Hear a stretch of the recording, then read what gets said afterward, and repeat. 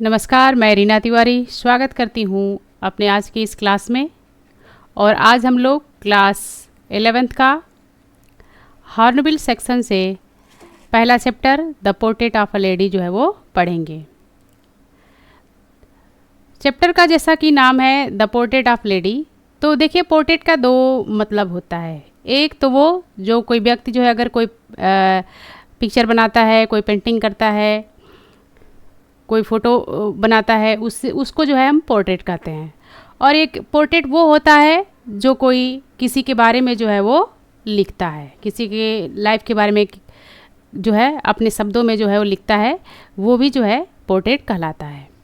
तो यहाँ पर दो सेकंड वाला जो है उसका मीनिंग यही है, यानी कि पोर्ट्रेट ऑफ ए लेडी, यानी कि यहाँ पर एक लेडी के बारे में जो है वो बताया गया है। और इसके जो राइटर हैं वो हैं खुशवंत सिंह, जो कि एक जाने माने पॉलिटिशियन भी हैं और एक राइटर भी। तो चलिए शुरुआत करते हैं इस चैप्टर की।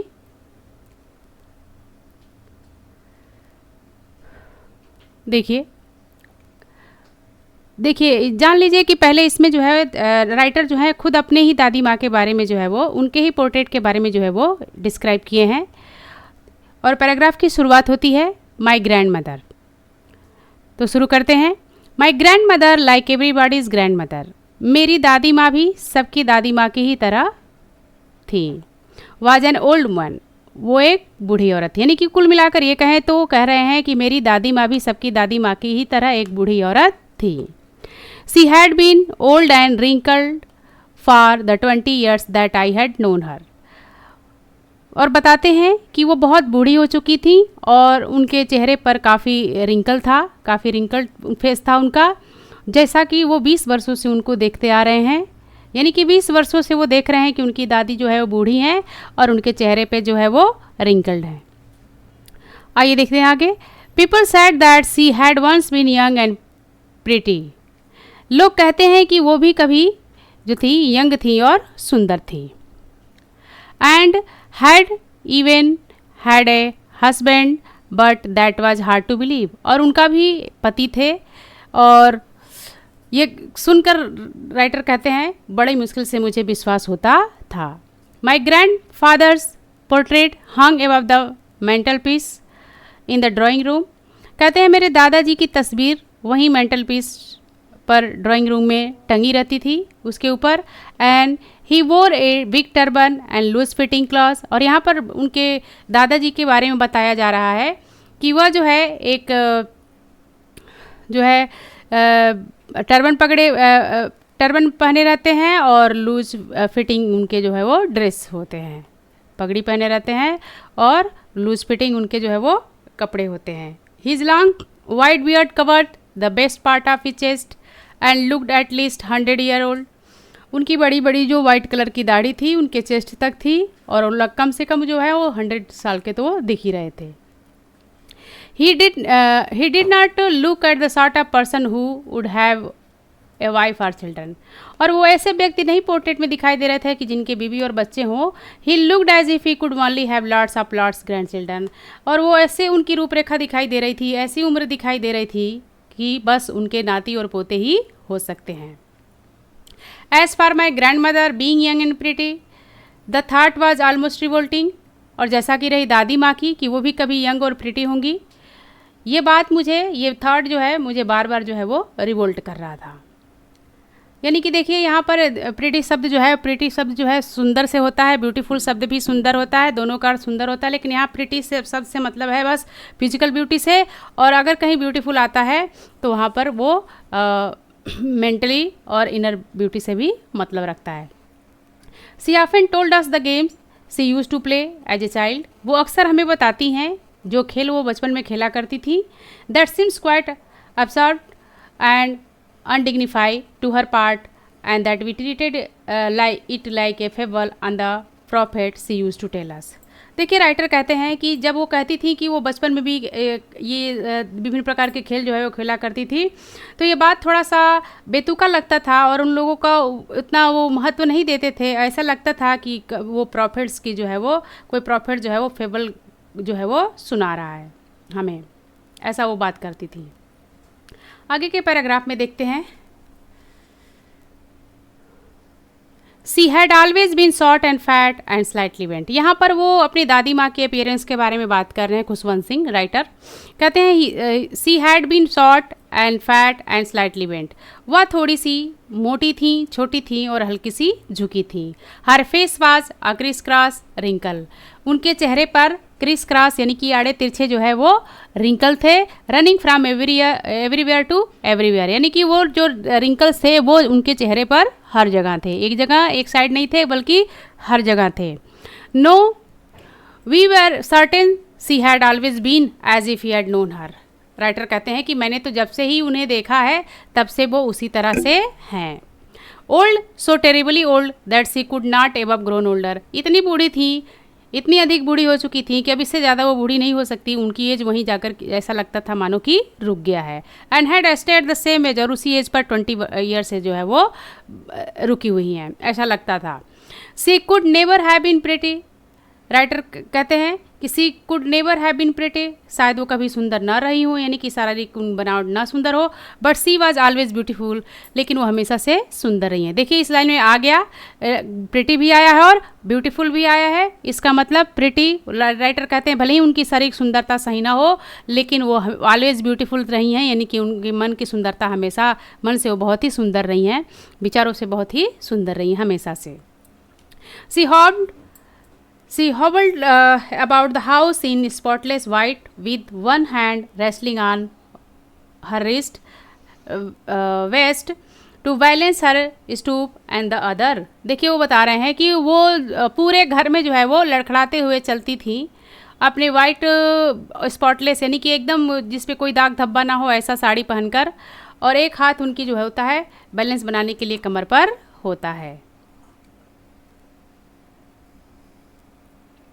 Telling the beats of her rosary. Rosary मतलब वो माला जो हम लोग जपते हैं, भगवान का नाम लेते हैं, तो वो भी माला लेकर जो है वो जपती रहती थी। The silver lock were scattered untidily over the pale puckered face. और उनके जो सफ़ेद बाल थे, सिल्वर कलर से उसकी तुलना की गई, उनके जो सफ़ेद बाल थे वो उनके चेहरे पर जो है वो पीले पड़े हुए चेहरे पर जो है वो मुरझाए हुए चेहरे पर जो है हमेशा जो है वो पड़ी रहती थी। Yes she was beautiful. नहीं एक मिनट रुक जाइए, देखिए मूव्ड इन इनऑडिबल प्रेयर, और वो इनऑडिबल प्रेयर करती थी यानी कि जिसे सुना ना जा सके। देखिए इनऑडिबल का जो है, इनऑडिबल का जो एंटोनिम्स होगा वो होगा ऑडिबल। तो यहाँ पर देखिए वो ऐसा प्रेयर करती थी जिसको सभी लोग सुन नहीं पाते थे, सुनाई नहीं देता था। Yes she was beautiful. Writer कहते हैं हाँ वो वास्तव में बहुत ही सुंदर थी, मन से, विचारों से, कर्मों से। She was like the winter landscape in the mountains. वो ऐसी थी जैसे कि माउंटेन पर जो विंटर लैंडस्केप है जितना शांत रहता है, सुंदर रहता है, उतनी ही थी। An example pure white sanity breathing peace and contentment. वह एक उदाहरण थी शांति की और संतुष्टि की, यानी कि उनकी दादी जो थी शांति और संतुष्टि भावना की वो बहुत ही बड़ी उदाहरण थी। आगे के पैराग्राफ में देखते हैं। My grand mother and I we are good friend. मैं और मेरे दादी जो है एक अच्छे दोस्त थे। राइटर कहते हैं यहाँ पर वर्णन करते हैं अपने और दादी माँ के रिलेशन के बारे में बताते हुए, कहते हैं my grand mother and I were good friend. मैं और मेरी दादी माँ अच्छे दोस्त थे। My parents left me with her when they went to live in city. मेरे माता पिता मुझे छोड़कर चले गए थे उनके पास जब वो शहर में रहने चले गए थे। And we were constantly together, और इस तरह से हम लोग लगातार एक साथ रहते थे, यानी कि दादी जी और राइटर एक साथ जो है वो रहते थे। She use to wake up me in the morning. वो अक्सर मुझे सुबह जो है वो जगाती थी। And get me ready for school, और मुझे स्कूल के लिए रेडी करती थी। She said her morning prayer in the monotonous sing song.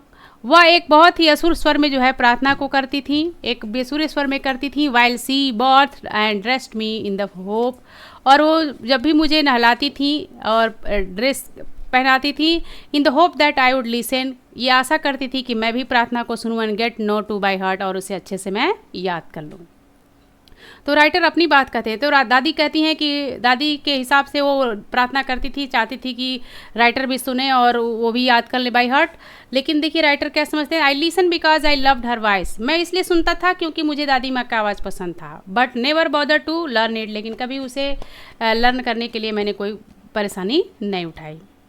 Then she would face me wooden slate तब वो मेरे लिए वुडन स्लेट लेकर आती थी, लकड़ी का स्लेट लेकर आती थी, विच सी हैड ऑलरेडी वॉश, जिसको पहले से ही धो देती थी, प्लास्टर कर देती थी येलो चॉक से, and tiny earthen ink pot, और छोटी सी एक इंक पॉट लेकर आती थी अर्दन यानी कि मिट्टी का, and then red pen tie them all in bundle, और उसके बाद लाल पेन लेकर आती थी जिसको सभी को एक साथ बंडल करती थी, बांधती थी, and hand it to me, और मुझे देती थी।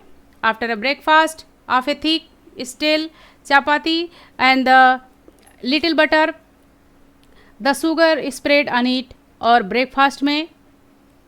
ब्रेकफास्ट में हम लोग जो है देखिए राइटर क्या ब्रेकफास्ट में लेते हैं रोज रोज, वो बता रहे हैं। कहते हैं कि काफ़ी मात्रा में हम लोग बासी जो चपाती होती है उस पर थोड़ा सा मक्खन और शुगर लगाकर जो है हम लोग ब्रेकफास्ट जो है वो करते थे। वी वेंट टू स्कूल, देखिए वो कहते हैं कि हम लोग स्कूल जाते थे, यानी कि दादी जी भी स्कूल जाती थी और राइटर भी स्कूल जाते थे। दोनों स्कूल कैसे जाते थे ये सोचने वाली बात है, तो आगे आपको पता चल जाएगा क्यों जाती थी वो। She carried several style chapati with her with the village dog, वो अक्सर जो स्टाइल चपाती था वो अपने साथ लेकर जाती थी कई गांव के कुत्तों के लिए।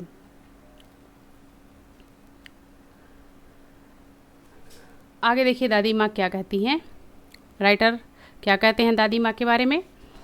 My grand mother always went to school with me because the school was attach to the temple, मेरी दादी माँ हमेशा स्कूल मेरे साथ जाती थी क्योंकि स्कूल जो है वो टेम्पल से अटैच था, मैं मंदिर से जुड़ा हुआ था। The priest taught us the alphabet, जो प्रिस्ट थे पुजारी थे वो हमें अल्फ़ाबेट सिखाते थे, एंड मॉर्निंग प्रेयर, और सुबह की प्रार्थना बताते थे। While the children sat in row on other side of the veranda singing the alphabet or prayer in the chorus, जबकि बच्चे जो थे वो बरामदे में कतार में बैठे रहते थे, अल्फ़ाबेट गाते थे एक स्वर में एक दूसरे के साथ, या फिर प्रार्थनाएं करते थे एक दूसरे के साथ मिलजुल कर। My grand mother sat in side, और रही बात दादी माँ की, तो दादी माँ अंदर बैठी रहती थी, रीडिंग द स्क्रिप्चर्स, और वो वहाँ के धर्म ग्रंथों को यानी कि धार्मिक पुस्तकों को पढ़ती थी। When we had both finished, और जब हम दोनों लोग का काम हो जाता था यानी कि मेरी पढ़ाई और उनकी पूजा पाठ, we would walk back together, तो हम लोग साथ साथ जो है वो वापस आते थे। They followed us to our home, आइए देखते हैं क्या कहते हैं। This time the village dog would meet us in the temple door, और जब हम लोग वापस आते थे तो डॉग जो थे, जो गांव के डॉग थे, वो गेट पर हमसे मिलते थे मंदिर के।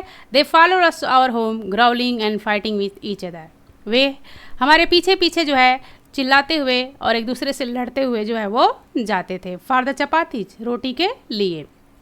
वी थ्यू देम, जो हम उनके पास फेंकते थे। यानी कि राइटर एक कहते थे कि गांव के जो विलेज डॉग थे वो मंदिर के दरवाजे पर दादी माँ का इंतजार करते थे, इस आस में कि दादी माँ आएंगी तो रोटी देंगी, और जब दादी माँ रोटी देती थी तो एक दूसरे से रोटी के लिए लड़ते थे, झगड़ते थे, और उनके पीछे पीछे जो है वो जाते थे। आगे के पैराग्राफ में देखते हैं क्या बताया गया है। When my parents were comfortably settled in the city, जब मेरे माता पिता आराम से जो है शहर में बस गए अच्छे से, दे सेंट फॉर अस मतलब बुलाना, यानी कि बुलाया, यानी कि उन्होंने हमें जो है वहाँ पर बुला लिया। That was turning point in our friendship, इस तरह से हमारे और दादी माँ के जो फ्रेंडशिप थी उसमें जो है टर्निंग पॉइंट जो है वो एक मोड़ जो है वो आया। Although we shared the same room, यद्यपि हम लोग एक ही रूम में रहते थे, my grandmother no longer came to school with me, लेकिन मेरी दादी माँ मेरे साथ स्कूल नहीं आती थी। I used to go to an English school, मैं एक इंग्लिश स्कूल में जाया करता था मोटर बस से। But were no dogs in the street, लेकिन गलियों में कोई कुत्ते नहीं होते थे। And she took the feeding sparrow in the courtyard in our city house, और इस तरह से वो हमारे शहर के घर में आंगन में ही वो अब डॉग को तो नहीं फीड कर पाती हैं, तो अब स्पैरो को जो है वो फीडिंग करती हैं। आइए देखते हैं आगे। As the year rolled by, as the year rolled by we saw less each other, जैसे जैसे समय बीता, रोल्ड बाय मतलब पास्ट बाय, यानी कि जैसे जैसे समय बीता, we saw less of each other, हम एक दूसरे को बहुत कम देखते थे। For some time she continue to wake up me, कुछ समय तक तो हमें लगातार जो है हमेशा जो है वो उठाती थी, and get me ready for school, और हमारे लिए स्कूल के लिए मुझे तैयार करती थी। And when I come back to she ask me what the teacher was had taught me, तो जब हम स्कूल से आते थे मैं जब स्कूल से आता था, खुशवंत सिंह कहते हैं राइटर, कि जब मैं स्कूल से आता था तो मुझसे पूछती थी कि टीचर ने क्या पढ़ाया है। I would tell her English word, मैं उन्हें इंग्लिश वर्ड के बारे में बताता था जो मैं सीखा था, and little thing of western science, और कुछ वो पाश्चात्य साइंस के बारे में बताता था, and learning the law of gravity, और ग्रेविटी के जो रूल पढ़े थे हमने उसको बताता था, एंड आर्किमिडीज प्रिंसिपल, आर्किमिडीज का जो सिद्धांत होता था मैं उसके बारे में बताया था उनको, and the world being round, और ये दुनिया गोल है, ये भी उनके बारे में जो है मैं ये जो पढ़ के आता था मैं उनको बताता था। दिस मेड हर अनहैप्पी, इससे वो बहुत नाखुश होती थी। देखिए क्यों नाखुश होती थी, देख लीजिए। She could not help me with this lesson, क्योंकि वो मेरे लेसन में कोई मदद नहीं कर सकती थी। She did not believe in the thing they taught at the English school, और इंग्लिश स्कूल में जो भी पढ़ाया जाता था, चाहे वो लॉ ऑफ ग्रेविटी हो, आर्किमिडीज प्रिंसिपल हो, या फिर वर्ल्ड बीइंग राउंड, ये चीज़ें उनको पसंद नहीं आती थी। God and scriptures,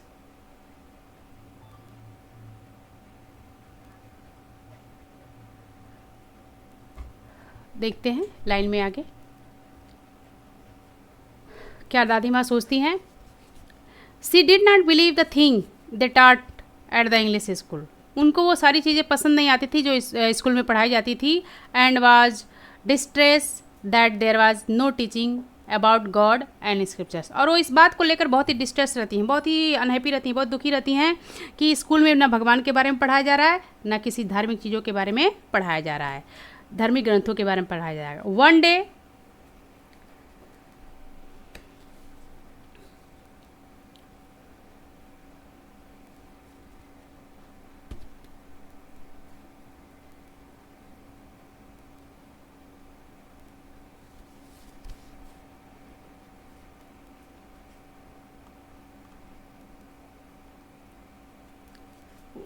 one day I announce that we are being given music lesson, एक दिन हमने बताया कि अब हमें स्कूल में म्यूजिक लेसन सिखाया जाएगा। सी वॉज वेरी डिस्टर्ब, तो बहुत ही डिस्टर्ब हो गई, बहुत ही परेशान हो गई। To her music had lewd association, उनके हिसाब से म्यूजिक जो है वो सभ्य लोगों के लिए नहीं, असभ्य लोगों के लिए है, जो समाज में होते हैं, नाचते हैं, गाते हैं, उनके लिए म्यूजिक है। It was the monopoly of harlot and beggars, कहती है उनके हिसाब से जो संगीत है, जो गीत गाना बजाना जो भी है, वो मोनोपोली ऑफ हरलॉट्स के लिए है और बेगर्स के लिए, यानी कि भिखारियों के लिए है और नाचने गाने वालों के लिए है, ना कि किसी सभ्य व्यक्ति के लिए है। सी सैड नथिंग, वो कुछ बोलती नहीं है, बट साइलेंस मीन डिसअप्रूवल, लेकिन जब उनकी शांति रहती है, कुछ बोलती नहीं है, तो उसका मतलब हम ये समझ गए कि वो उनको ये पसंद नहीं है, डिसअप्रूवल है उनकी तरफ से। She rarely talk to me after that, और उसके बाद बहुत कम हम लोगों की बात जो है वो होती थी। रेयरली जो है हम लोग जो है एक दूसरे से बातें करते थे। आगे की लाइन में देखते हैं क्या चल रहा है उनकी लाइफ में। राइटर बताते हैं Khushwant Singh, When I went up to university, जब मैं यूनिवर्सिटी के लिए गया, I was given a room of my own, तब मुझे मेरा अपना रूम जो है वो मिला, खुद का अपना रूम जो है, एक अकेला रूम जो है वो मिला। The common link of friendship was snapped, हमारे जो फ्रेंडशिप की जो कॉमन लिंक थी वो बिल्कुल टूट गई, अचानक जो है वो टूट गई। My grandmother accepted her seclusion with resignation, और मेरी जो दादी माँ थी वो जो है इसको जो है वो स्वीकार कर ली थी, वो मेरी दादी माँ जो है इसको उन्होंने जो क्या किया था, स्वीकार कर लिया था। She rarely left her spinning wheel to end reciting prayer, देखिए she rarely left her spinning wheel, spinning wheel मतलब होता है चरखा, तो देखिए वो बहुत मुश्किल से अपने चरखे के पास से हटती थी और किसी से बातें करती थी। From sunrise to sunset she sat on her wheel spinning, वह सुबह से लेकर शाम तक वहीं चरखे के पास बैठी रहती थी, एंड रिसाइटिंग प्रेयर, और प्रार्थना जो है वो करती रहती थी। Only the afternoon she relax for a while and feed the sparrow, सिर्फ दोपहर में थोड़ा सा रिलैक्स करती थी जब वो स्पैरो को खिलाती थी। While she sat in the veranda breaking the bread into little bit, hundreds of little birds collect round her creating a veritable bedlam of chirping, तो देखिए वो बरामदे में बैठकर जो है रोटी के छोटे छोटे टुकड़े करती हैं और कई संख्या में जो है पक्षी जो है स्पैरो आते थे और काफ़ी जो है कोलाहल करते थे, काफ़ी चहचहाट जो है वो करते थे।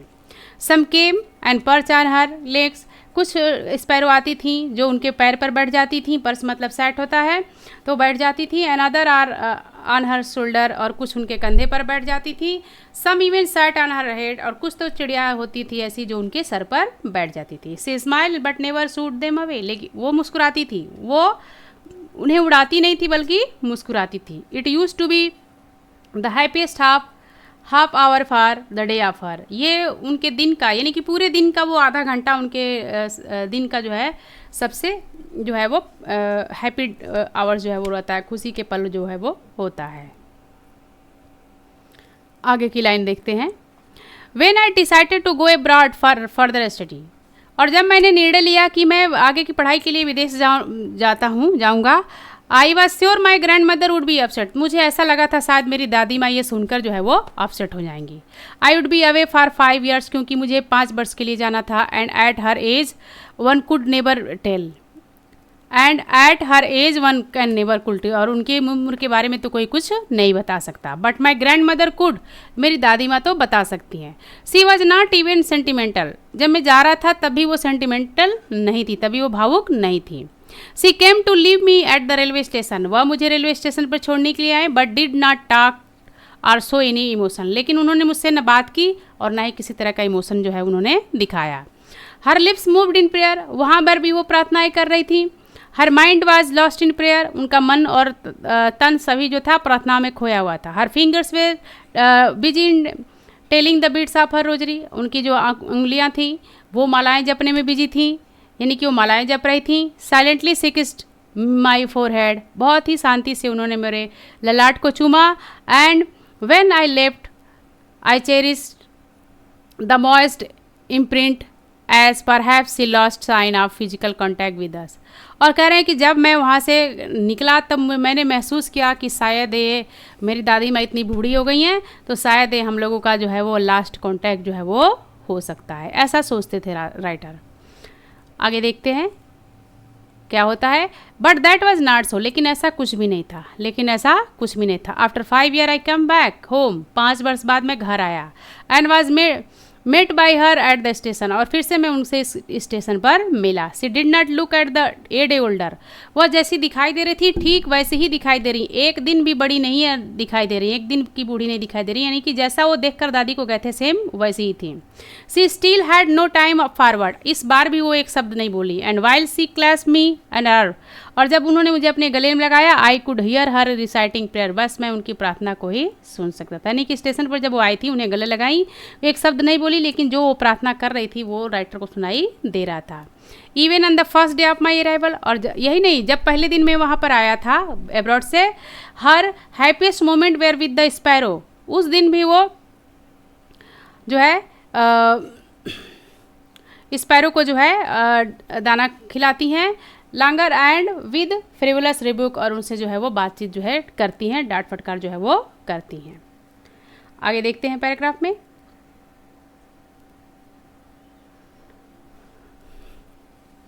In the evening A change came over, शाम को थोड़ा उनमें बदलाव आया। सी डिड नॉट प्रे, वो प्रार्थना नहीं की।